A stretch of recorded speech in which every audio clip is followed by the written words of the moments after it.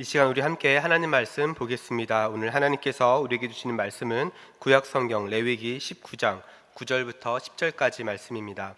레위기 19장 9절부터 10절, 구약 성경 175면에 있습니다. 이 시간 우리 함께 찾으셔서 우리 한 목소리로 합독하겠습니다. 함께 읽습니다. 시작.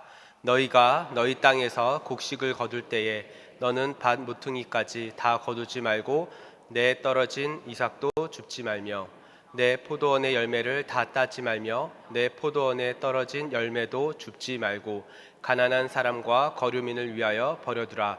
나는 너희의 하나님 여호와이니라. 아멘. 여러분 반갑습니다. 오늘 제목은 국물이 있으신 하나님입니다.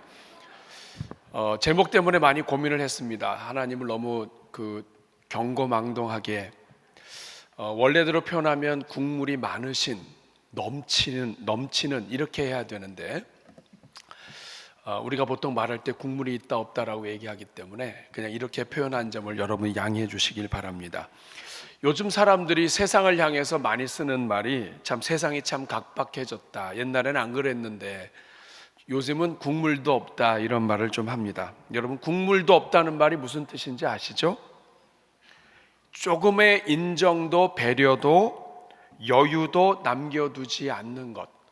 뭐를 끓이면 국물이 조금 있어야 되는 건데 이 국물도 없다. 이것은 아주 빈틈이 없고 여유가 없다는 뜻이에요.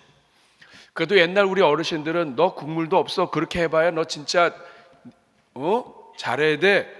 국물도 없어 이렇게 해도 또 국물을 주시는 그 분이 우리 문화인데 요즘 시대는 정말 각박해진 것 같아요. 끝까지 챙기고 끝까지 계산하고 끝까지 따지고 여럿이서 밥 먹고 각자 계산하고 이렇게 서양식이거든요. 근데 요새는 그런 일도 굉장히 많습니다. 여러분 어떠세요? 요즘 살기 좀 괜찮으신가요? 정말 국물도 없는 세상 맞는가요? 그런데 오늘 우리가 읽은 이 본문은 오늘 이 시대와 전혀 다른 하나님의 모습을 보여주십니다. 하나님 오늘 본문 딱 두 구절 읽었는데 이 두 구절에서 다 거두지 말아라, 좀 남겨둬라 이렇게 말씀하십니다. 지금 이 본문은 농사법을 가르쳐주는 본문이 아니에요. 하나님의 성품, 하나님의 거룩함을 보여주는 본문입니다. 여러분이 가지고 있는 성경을 보시면 레위기 19장은 거룩하라는 것이 소제목이에요. 2절 말씀을 보면 너희는 거룩하라. 이는 나 여호와 너희 하나님이 거룩함이니라. 하나님이 거룩하니까 너희도 거룩해야 된다 하면서 거룩에 대해서 이야기를 해주세요. 그래서 레위기 19장을 거룩한 법전이라고 이야기합니다.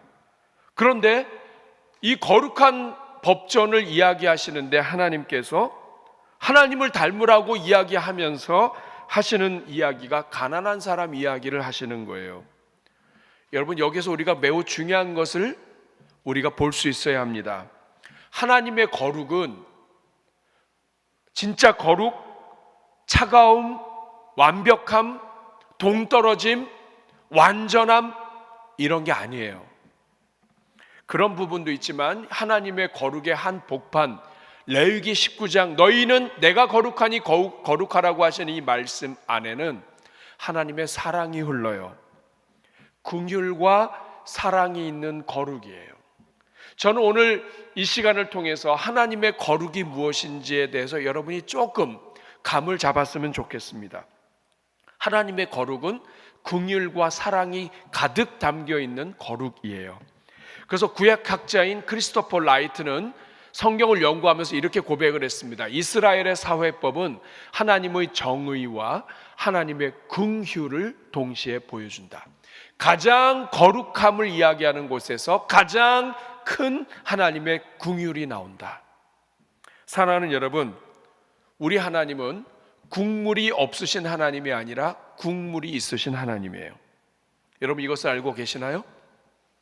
하나님이 국물이 있으시다 하는 말씀이 무슨 뜻일까요? 하나님께서는 오늘 본문을 통해 국물이 있으신 하나님을 보여주시면서 우리에게 무엇을 요구하시고 계실까요?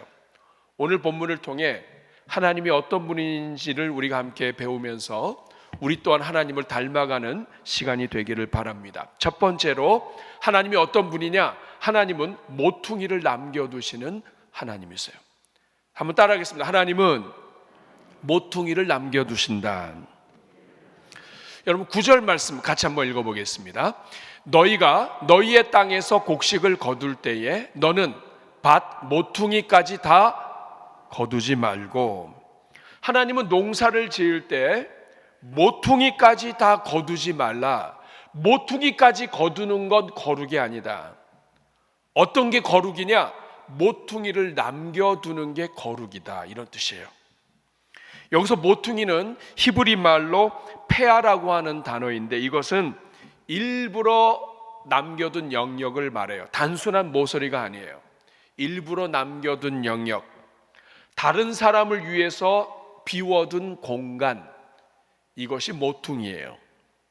하나님은 농부들에게 말씀하십니다. 끝까지 거두지 말아라. 모퉁이는 남겨라. 여러분, 이거 얼마나 이상한 명령입니까? 여러분, 이스라엘 백성들이 이제 가나안 땅에 들어가서 농사를 지을 때 이 농사는 얼마나 많이 짓느냐, 이거는 생존의 문제예요. 곡식을 거둬야 사는 겁니다. 1년 동안 땀 흘려 얻은 열매인데 이게 얼마나 소중해요. 근데 왜 일부를 남기라고 할까요? 모퉁이는 거두지 마. 모퉁이는 남겨도. 여기에는 하나님의 뜻이 있어요. 농사를 짓게 하는 것과 그리고 먹을 것 수확하게 하는 햇빛과 비와 모든 날씨를 주신 분은 하나님이시고 땅까지도 하나님이 주셨다.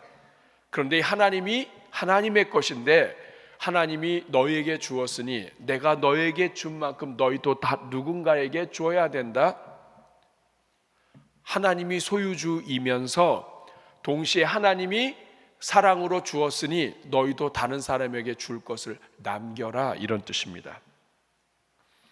고아, 과부, 나그네, 가난한 사람들은 생존 자체가 어려웠던 때인데 하나님께서는 그들을 항상 기억하고 남겨둬라.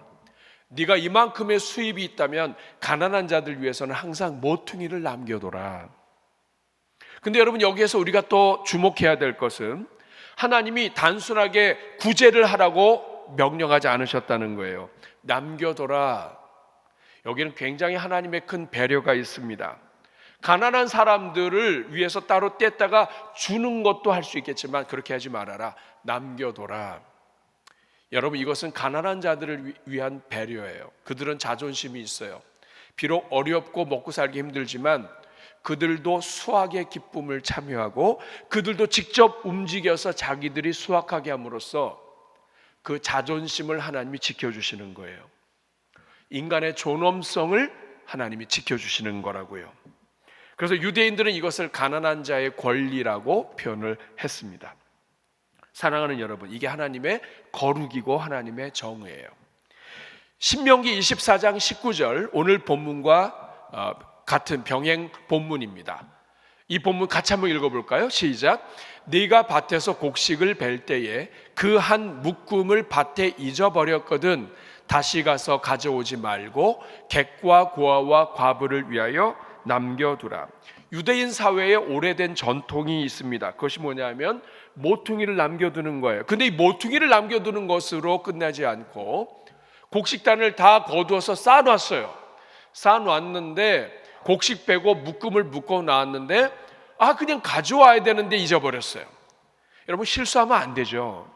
어떻게 그런 실수를 합니까? 그런데 그런 실수를 했거든 다시 가서 가져오지 말라는 거예요. 그 실수 잘했다는 뜻이에요. 객과 고아와 과부를 위하여 남겨둬라. 수확철이 되면은 모퉁이를 남겨두고 사람들이 그곳에 와서 그것을 모퉁이에 와서 줍고 주인이 직접 나눠주지 말아라. 가난한 자들의 자존심을 지켜줘라. 그러면서 곡식단을 묶었다 할지라도 잊어버렸으면 그 실수도 가난한 자들을 위하여 남겨둬라. 하나님은 먹을 것을 주시는 분만 아니라 분일 뿐만 아니라 존엄성도 지켜주시는 하나님이에요. 여러분, 생각해 보면 저와 여러분도 다 같습니다. 하나님께서 우리를 끝까지 계산하셨다면, 너는 이게 죄고 너는 이게 문제고 너는 이렇고 너는 저렇고 해서 하나님이 하나하나 조목조목 따지셨다면, 여러분, 저와 여러분 중에 오늘 이 자리에 있을 수 있는 사람이 있을까요? 아무도 없을 겁니다. 우리는 모두 하나님이 남겨두신 은혜의 모퉁이에서 살아난 사람들이에요. 하나님은 누구시냐? 하나님은 모퉁이를 남겨두시는 하나님이에요. 거룩하신 하나님이 모퉁이를 남겨두셨다면 어떤 사람이 거룩한 삶을 사는 것이냐? 거룩하신 하나님을 닮아가는 사람이냐? 모퉁이를 남기는 사람이 거룩한 사람이에요. 시편 103편 8절 말씀은 읽을 때마다 소망이 됩니다. 같이 읽어볼까요? 여호와는 긍휼이 많으시고 은혜로우시며 노하기를 더디하시고 인자하심이 풍부하시도다. 이것이 국물이 있으신 하나님의 뜻이에요. 하나님은 모퉁이를 남겨두신다. 그러면 하나님 모퉁이만 남겨두시느냐? 그게 아닙니다. 두 번째, 하나님 어떤 분이시냐? 하나님은 떨어진 것도 사용하시는 하나님이세요. 한번 따라해 주시기 바랍니다. 하나님은 떨어진 것도 사용하신다. 오늘 본문은 계속해서 말합니다. 우리 9절 다시 한번 읽어보겠습니다. 너희가 너희 땅에서 곡식을 거둘 때에 너는 밭 모퉁이까지 다 거두지 말고, 그렇죠. 그 다음에 또 말씀하십니다. 내 떨어진 이삭도 줍지 말며. 하나님은 떨어진 이삭도 줍지 말라고 하십니다. 떨어졌다, 이것은 수확 과정에서 흘린 걸 이야기해요. 여러분, 모퉁이는 일단 비워뒀습니다. 모퉁이는 내버려뒀어요, 가난한 자들 위해서. 근데 또 모퉁이는 내버려뒀지만 나머지는 열심히 해서 수확을 해야 되죠. 열심히 했습니다. 열심히 했는데 이삭이 떨어졌어요. 사랑하는 여러분, 인간적인 눈으로 보면 이 이삭을 많이 흘린 것은, 이거는 실력이 없는 거예요. 여러분, 주인 입장에서 사람들을 고용을 했는데 이 종들이 수확을 하면서 막 흘려, 이삭을. 여러분, 그 피 같은 이삭을 막 흘려요. 그게 그냥 하나 두 개 흘리면 그 별거 아닌 것처럼 보이지만 그게 모든 밭에서 이렇게 흘려봐요. 그거 꽤 됩니다. 그런데 이 떨어진 이삭, 흘린 것, 실력이 없는 것이죠. 충실하지 못한 종 아니에요? 그런 종은 내버려 두면 안 되는 거 아니에요? 잘라야죠. 실수한 거예요. 실수해서 떨어뜨렸어요. 실수한 사람이 떨어뜨렸어요. 그 꼴도 보기 싫은 사람이 떨어뜨렸으니 그거 진짜 속이 상하죠. 보잘것없는 나달갱이. 근데 하나님이 그걸 남겨두라고 하십니다. 남겨두라는 거예요. 자, 모퉁이를 남겼습니다. 나머지는 열심히 수확을 해요. 열심히 수확하는데 떨어졌어요. 근데 그거 남겨두래요. 주지 말라는 거예요. 이 말씀이 무슨 뜻입니까? 저는 이거 읽으면서 어떻게 해석이 됐냐면, 너는 곡식을 거둘 때 실수를 좀 해라. 종들을 모아놓고, 자, 이제 우리 하나님이 곡식을 주셔서 이제 오늘 곡식을 거두게 되는데 악착같이 다 거두지 말고 좀 흘려. 실수해도 괜찮아. 이렇게 말씀하시는 느낌이에요. 물론 최선을 다해서 하지만 그래도 떨어지는 것이 있다. 그 떨어지는 것에 대해서는 욕심 부리지 말아라, 이런 뜻이겠죠. 싹쓸이하지 말아라. 여러분, 요새는 기계화 시대가 돼가지고 트랙터나 이런 거 보면 진짜 국물도 없이 다 가져갑니다. 그냥 씨앗은 씨앗대로, 그냥 곡식은 곡식대로 막 해서 그냥 다 분리해서 남는 게 없어요. 그런데 하나님은 뭐라고 말씀하십니까? 싹쓸이하지 말고 일부러 흘려라. 사랑하는 여러분, 이게 여러분 이해가 되시나요? 우리 하나님 완전하신 하나님 아니에요? 실수가 없으신 하나님 아니에요? 근데 그 완전하신 하나님이 실수하라고, 떨어뜨려도 괜찮다고 지금 이렇게 말씀하시는 거잖아요. 여러분, 왜 하나님이 이렇게 하실까요? 하나님이 완전하지 않아서가 아닌가요? 아닙니다.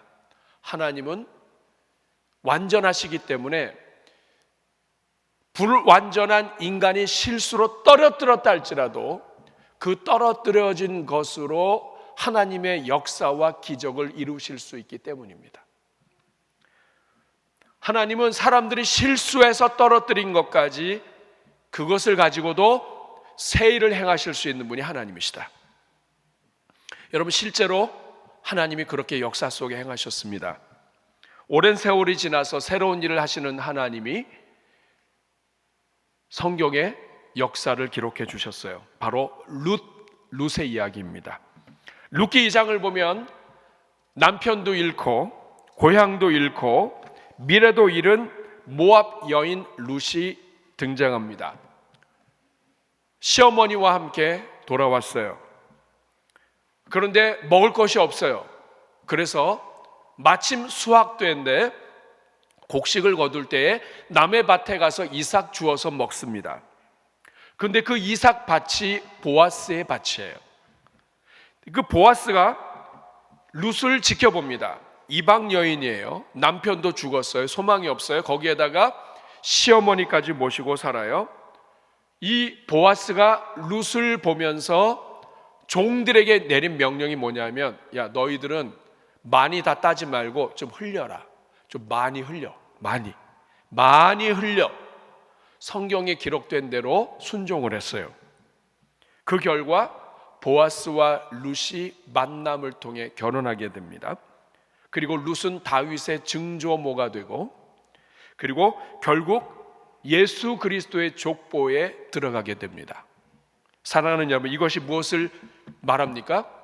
하나님의 말씀대로 거룩함을 삶 속에서 실천하는 사람, 하나님의 거룩함은 숨막히는 거룩함이 아니라 영혼을 살리는 거룩함이에요. 흘리는 거룩함, 모퉁이를 남겨놓는 거룩함, 이 거룩함을 순종한 보아스와 룻을 통해 예수 그리스도의 계보가 만들어집니다.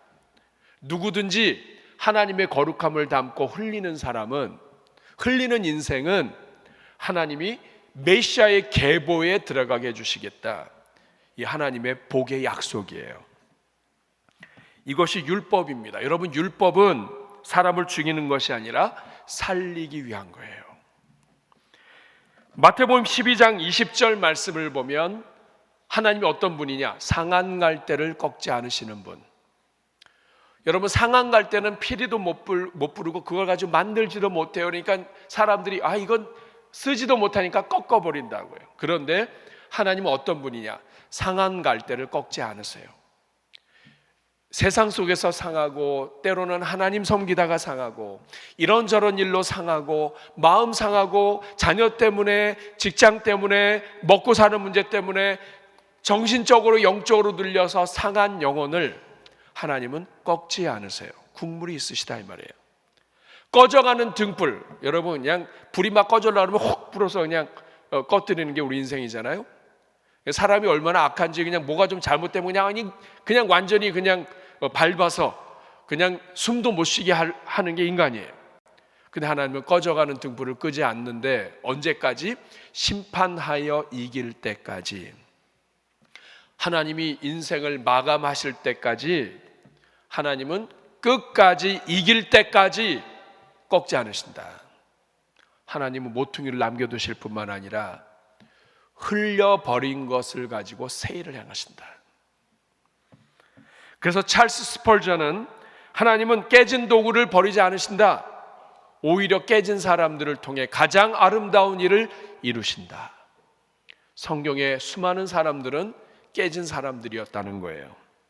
사랑하는 여러분, 오늘 이 자리에 주일날 예배로 왔지만 여러분의 지난 인생을 살펴보면서 여러분 중에는 떨어진 이삭처럼 떨어져서 곡식단에 들어가지도 못하고 외로이 인생 망친 것처럼 생각되는 분들 혹시 있습니까? 너무 늦었어요. 너무 실패했어요. 상처를 입었어요. 버려진 사람처럼 느껴지는 사람이 있습니까? 그렇다면 여러분, 오늘 하나님의 말씀을 들으십시오. 하나님은 떨어진 곡식을 사용하시는 하나님이에요. 떨어진 곡식으로 인생을 일으키시는 하나님이에요. 아무리 고아나 과부나 나그네라 할지라도 떨어진 실수로 떨어지게 된 것까지 사용하셔서 먹이시는 하나님이에요. 그러므로 여러분, 앞으로 살면서 여러분 항상 기억하셔야 돼요. 어떤 어려움이 있어도, 어떤 아픔이 있어도, 어떤 인생의 절망이 있어도 하나님은 여러분을 위한 모퉁이는 항상 만들어 놓으셨어요. 여러분을 위한 모퉁이가 있다고요. 여러분을 위한 떨어진 나달갱이가 있어요. 하나님이 그거를 줍게 하신다고요. 하나님은 국물이 있으시다고요. 그래서 세 번째, 하나님은 우리도 국물이 있는 사람이 되기를 원하시는 것입니다. 오늘 본문 9절뿐만 아니라 10절에도 하나님은 계속해서 말씀하세요. 10절 같이 읽어볼까요? 시작. 내 포도원의 열매를 다 따지 말며 내 포도원에 떨어진 열매도 줍지 말고 가난한 사람과 거류민을 위하여 버려두라. 나는 너희의 하나님 여호와이니라. 이건 복지 정책이 아니에요. 하나님의 백성은 어떻게 살아야 하는지를 가르쳐 주는 겁니다. 하나님이 국물을 남겨두시고 하나님이 모퉁이를 남겨두시고 하나님이 은혜에 떨어진 이삭을 남겨두시는 분이라고 한다면 너희도 모퉁이를 남겨라. 너희도 그렇게 살아라. 하나님이 남겨두셨으니 너희도 남겨라. 하나님이 고아나 과부나 이방인이나 여행객이나 나와 관계없는 사람까지도 다 품으시고 그들을 위하여 모퉁이와 나달갱이를 남기셨다면 너희도 남겨라. 너희도 품어라. 이게 거룩이라는 거예요. 거룩은 무엇이냐? 거룩하신 하나님이 실수 많은 인생을 품으신 게 거룩이에요. 어떤 사람이 거룩한 사람이냐? 연약한 인생을 품는 인생이 거룩한 하나님을 닮아가는 사람이란 뜻이에요. 여러분, 하나님은 왜 우리가 이렇게 살아야 한다고 말씀하십니까? 신명기 24장 18절 19절에서 이것을 설명하고 있습니다. 신명기 24장 19절 말씀을 보실까요? 19절 말씀을 보시면 아까 우리가 읽었던 본문이에요. 내가 밭에서 곡식을 벨 때에 그 한 묶음을 밭에 잃어버렸거든 다시 가서 가져오지 말고 객과 고아와 과부를 위하여 남겨두라. 그리하면 내 하나님 여호와께서 내 손으로 하는 모든 일에 복을 내리시리라. 왜 이런 말씀을 주셨나요? 18절에 이유가 나옵니다. 같이 읽습니다.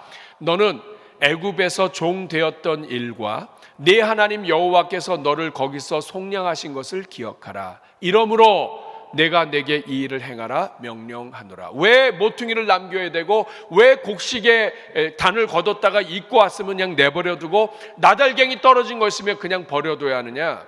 그 이유는 너를 기억하라. 너의 과거에 애굽에서 네가 종 되었었고 노예 생활하던 것을 스스로 빠져나올 수 없는 때에 하나님이 모세를 통해서 빼내 주시고 하나님께서 너를 속량하신 것처럼 구원해 내신 것처럼 그걸 항상 기억해라. 네가 고생했던 것을 기억해라. 네가 죄인이었지만 하나님이 너 같은 죄인을 끝까지 용서하시고 끝까지 품으시고 그렇게 큰 사랑을 받았음에도 다른 사람에게 사랑을 베풀지 않는 그 옹졸하고 좁은 인생을 끝까지 버리지 않으시고 품으시는 하나님이시고 그 하나님이 너를 구원해 내셨다면 그것을 기억하고 그러므로 이러므로 내가 내게 이 일을 행하라 명령하느니라. 그것을 기억하고 다른 사람들에게 사랑과 은혜의 국물 있는 삶을 베풀어라. 사랑하는 여러분, 노예였던 때를 기억해라. 네가 고생했던 때를 기억해라. 네가 배고팠을 때를 기억해라. 네가 배고팠고 고생했고 누군가가 조금만 도와줬으면 좋겠다고 생각했을 때 하나님이 은혜를 베푸신 것처럼 어려운 사람, 고아와 과부와 가난한 사람과 여행객과 거류민과 타국인이라 할지라도 그들을 품고 그들에게 은혜를 베풀어라. 죄로 노예되었던 인생을 애누리 없이 국물 없이 다루지 않으시고 구원해 내신 하나님이 없었다면 우린 구원받지 못했을 텐데 그런 너희를 하나님이 국물 있으신 하나님이 은혜로 구원했다는 것을 기억하고 너희도 은혜를 베풀어라. 사랑하는 여러분, 교회 어르신들이 소중한 이유는 우리 어르신들에게는 이런 마음이 있어요. 고생을 아신다는 말이죠. 대한민국의 어려웠던 시기, 전쟁과 일제시대를 경험하셨고, 그리고 보릿고개가 있었단 말이에요. 그 배고팠던 때가 다 있었어요. 그러니까 그 속에 하나님에 대한 그 깊은 사랑과 이 헌신이 있기 전에 이미 우리 안에는 그 어려움에 대한 그 부분이 있기 때문에 복음이 들어갔을 때 그것이 더 큰 은혜를, 더 큰 역사를 만들어내요. 그것이 오늘 한국교회입니다. 근데 오늘 이 시대의 젊은 친구들은 사실 보릿고개와 가난함과 어려움을 잘 모르는 거죠. 그래서 더 어렵고 힘든 이 시대 경제가 계속되는지도 모르겠어요. 중요한 것은 뭐냐면 이제는 국물 있는 삶, 어려운 삶을 돌아보는 삶을 살아라. 그 이유는 우리가 과거에 그랬었기 때문이다. 그걸 항상 잊지 말아라 하는 거예요. 에베소서 4장 32절 말씀을 보면 하나님께서 이렇게 말씀합니다. 서로 친절하게 하며 불쌍히 여기며 서로 용서하기를 하나님이 그리스도 안에서 너희를 용서하심과 같이 해라. 오늘날 교회가 할 일이 바로 이겁니다. 국물이 있는 삶, 국물이 있는 삶을 사는 것. 최근 바로 지난 주일 전 토요일이었죠. 우리 교회가 대전 중구 그룹홈 아이들을 초대해서 상품권을 선물하고 식사까지 같이 한 적이 있습니다. 뭐 지난해도 그랬습니다만 그냥 대부분의 단체들은 그냥 가서 이렇게 전달하고 사진 찍고 끝이에요. 우리는 같이 식사까지 했어요. 그 이유가 뭔가요? 존엄성 때문이에요. 여러분, 그룹홈의 아이들은 누구냐면 부모의 폭력, 아버지의 폭력이나 아니면 이혼, 방임, 경제적 어려움, 가정 해체 때문에 이런 이유로 아이들을 그 집에 두었다가는 아이가 망하거나 아이가 어렵게 되거나 아이가 구타를 당해서 앞으로 살 수가 없을 때 강제적으로 정부가 개입을 해서 이 아이들을 가정에서 떼내온 거예요. 그래서 얘네들이 보호받으면서 자라도록, 그러니까 자기 집이 있고 부모님이 있는데 그 집에서 떨어져 나와서 아이들끼리 모인 곳에서 살아가는 거예요. 아이들 마음속에는 결핍이 있습니다. 부모에 대한 사랑의 결핍이 있고, 그리고 자존감의 문제가 제일 커요. 그들에게 필요한 것은 사실 돈도 필요하지만 그들이 소중하다고 하는 게 중요하죠. 넌 참 소중한 친구야. 하나님 너를 사랑하셔. 그것 때문에 우리 교회가 그들과 함께 식사 교제를 하는 거예요. 너는 사랑받는 존재야. 너는 혼자가 아니야. 우리 교회가 너희를 후원하고 너희를 위해서 기도하고 있어. 여러분, 밥 아무나 같이 먹습니까? 성격 다르고 서로 좋지 않으면 밥도 안 먹어요, 우리 인간은. 근데 밥을 같이 먹는다, 이것은 너희는 소중하다는 뜻이에요. 그런데 여러분, 이것은 예수님이 하신 일입니다.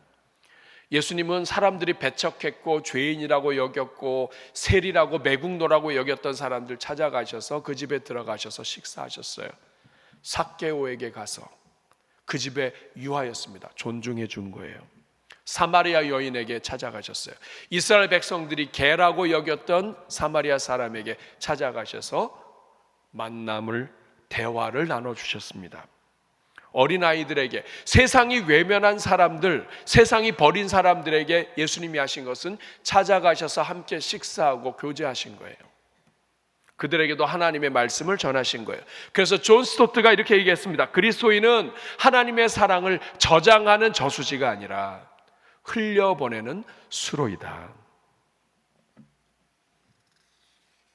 사랑하는 여러분, 복음이 무엇입니까? 복음은 하나님께서 우리를 끝까지 심판하지 않으셨다는 게 복음이에요. 하나님이 우리를 위하여 국물을 남겨두셨다, 이게 복음이에요. 하나님이 나 같은 죄인을 버리지 않으시고 은혜를 남겨두셨고 용서를 남겨두셨고 십자가를 남겨두셨어요.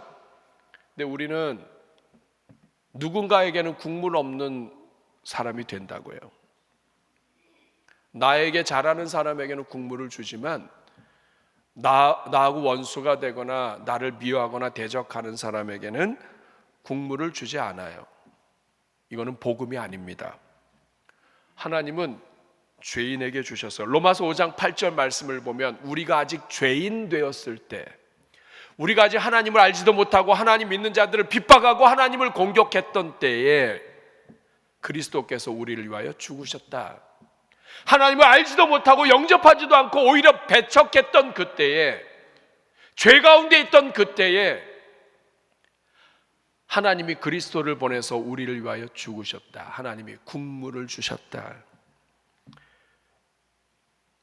그렇기 때문에 여러분, 십자가는 하나님께서 인류를 위하여 남겨두신 마지막 은혜의 모퉁이에요.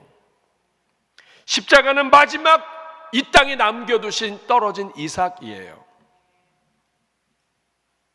십자가는 하나님이 우리를 위해 남겨두신 국물이라고요. 결론으로 말씀을 드립니다.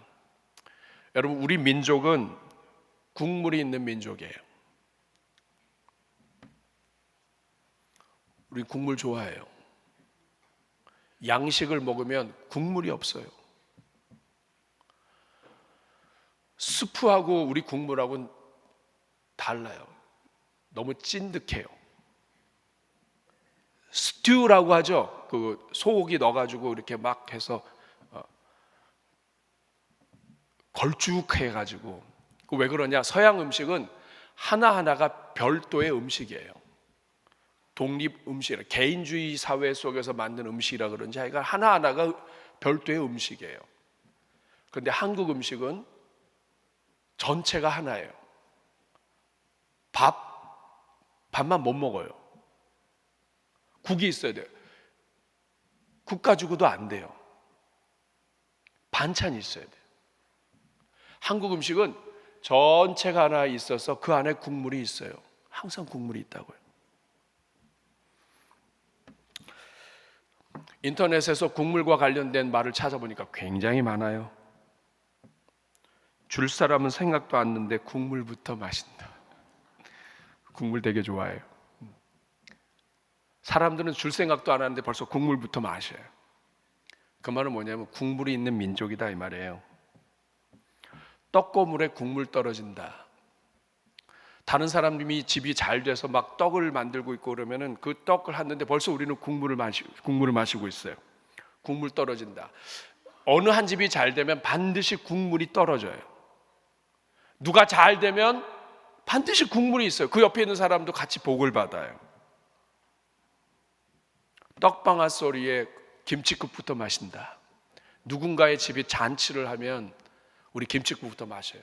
우리도 뭐 오지 않겠어? 아직 떡도 안 왔는데 김치국부터 마셔.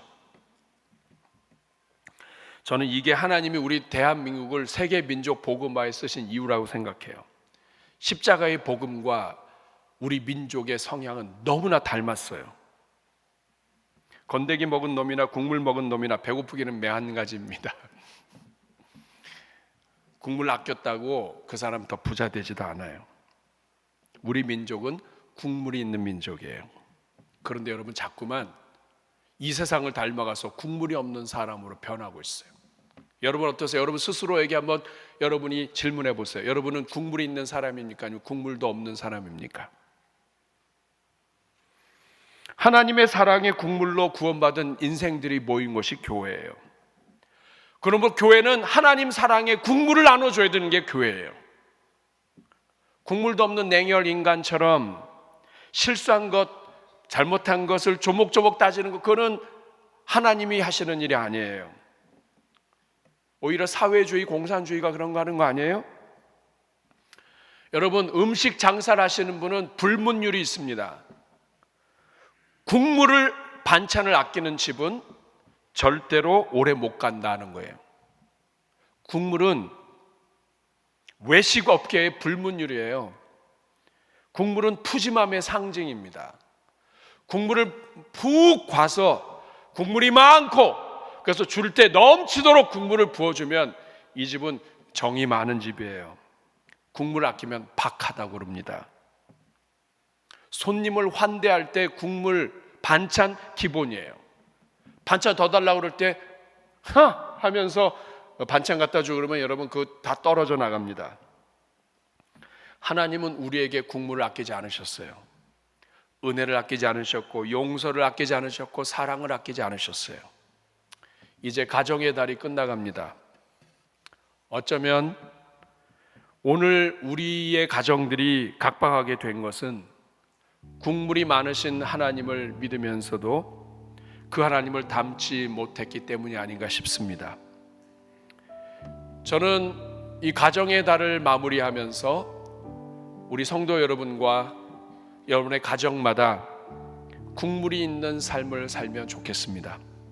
조금 더 기다려주고 조금 더 품어주고 내가 아무리 좋아하지 않고 내가 아무리 용서할 수 없다 할지라도 모퉁이를 남겨놓고 국물이 있는 하나님의 사람이 되면 좋겠습니다. 국물이 있는 성도, 국물이 있는 가정, 그리고 우리 대전중앙교회, 이 지역에서 대전중앙교회 하면 국물이 많은 교회, 국물이 많은 교회. 아멘이 안 나와요. 국물이 많은 교회. 대전중앙교회 성도님들 만나면 국물이 많은 성도. 은혜 아니면 살아갈 수가 없네. 호흡마저도 다 주의 것이니 세상 평안과 위로 내게 없어도 예수, 오직 예수뿐이네. 다시 한번 합니다. 은혜 없으면, 은혜 아니면 살아갈 수가 없네. 호흡마저도 다 주의 것이니 세상 평안과 위로 내게 없어도 예수, 오직 예수뿐이네. 비록 우리의 삶을 다 알 수 없지만 그 신계회 다 볼 수도 없고 작은 고난에 지쳐도 항상 모퉁이를 남겨두시는 분, 주께 묶인 나의 모든 삶 국물로 버티고 견디게 하시네. 은혜 아니면 살아갈 수가 없네. 나의 모든 것 다 주께 맡기니 참된 평안과 위로 내게 주신 주 예수, 오직 예수뿐이네. 여러분, 오늘 우리가 사는 삶 사실 잘 알 수가 없습니다. 하나님의 계획을 알 수도 없고 우리 삶에서 일어나는 일 다 이해 못합니다. 그런데 우리가 분명히 아는 것은 우리 하나님은 국물이 있다. 하나님은 나를 위한 모퉁이가 있다. 오늘 이 시간 우리 가슴에 손 얹고 기도할 때 오늘 여러분에게 국물을 베푸시고 오늘까지도 베푸시고 오늘도 베푸시고 심판하여 이길 때까지 국물을 베푸시는 하나님께 감사의 기도 드리면 좋겠습니다. 주님의 은혜 때문에 여기까지 왔습니다. 그리고 그 하나님께 이젠 우리 또한 국물이 있는 인생 살게 해달라고 오늘 여러분의 가슴 속에 특별히 떠오르게 하시는 분이 있다면 하나님, 정말 내가 그 인생 그 영혼에게 국물을 베풀며 살게 하여 주시고 용서하며 하나님의 은혜의 모퉁이를 나눠줄 수 있도록 도와주시옵소서. 여러분의 가정을 위해서도 여러분 기도해 주시기 바랍니다. 하나님, 우리 가정이 복된 가정 되게 하여 주시고 은혜의 가정 되게 하여 주시옵소서. 오늘 말씀을 생각하면서 각자에게 주신 하나님의 마음 가지고 감사의 기도와 회개의 기도, 그리고 간구의 기도, 다짐의 기도 올려드릴 때 주여 한번 부르고 기도합니다. 주여! 은혜로우신 아버지 감사합니다. 하나님 아버지, 오늘 이 자리는 주의 종들을 축복합니다. 하나님 아버지, 주의 은혜로 붙잡아 주시고 하나님의 영광의 도구들이 다 되게 하여 주옵소서. 하나님 아버지, 주님, 가정마다 삶마다 하나님의 은혜가 아니면 살 수 없음을 고백합니다. 은혜 아니면 살아갈 수 없습니다. 호흡하는 것까지도 주님이 주신 것입니다. 하나님 아버지, 오늘 이 자리는 주의 종들의 마음에 위로하여 주시고 하나님 붙잡게 하여 주옵소서. 국물이 있으신 하나님 붙잡고 국물 있는 인생 살게 하여 주시옵소서. 하나님 아버지 감사합니다. 오늘 우리의 삶에 은혜의 모퉁이 남기는 삶 살게 하여 주옵소서. 약한 이웃을 돌아보는 궁일의 마음을 주시고 가진 것을 움켜쥐기보다 나누게 하여 주옵소서. 우리가 나누는 것보다 더 크게 부어주시는 하나님을 신뢰하게 하여 주옵소서. 하나님, 특별히 우리 주변에는 떨어진 이삭 같은 존재들이 많습니다. 그들을 외모와 조건으로 판단하지 않게 해주시고 상처 입은 영혼들까지 품는 우리 가정, 교회 되게 하여 주시옵소서. 주여, 우리 대전중앙교회가 국물이 있는 인생, 국물이 있는 교회 되게 하시고 말의 은혜가 있게 하시고 관계의 여백이 있게 하시고 받은 사랑을 흘려보내는 교회 되게 하여 주시옵소서. 예수님의 이름으로 축복하며 기도하옵나이다.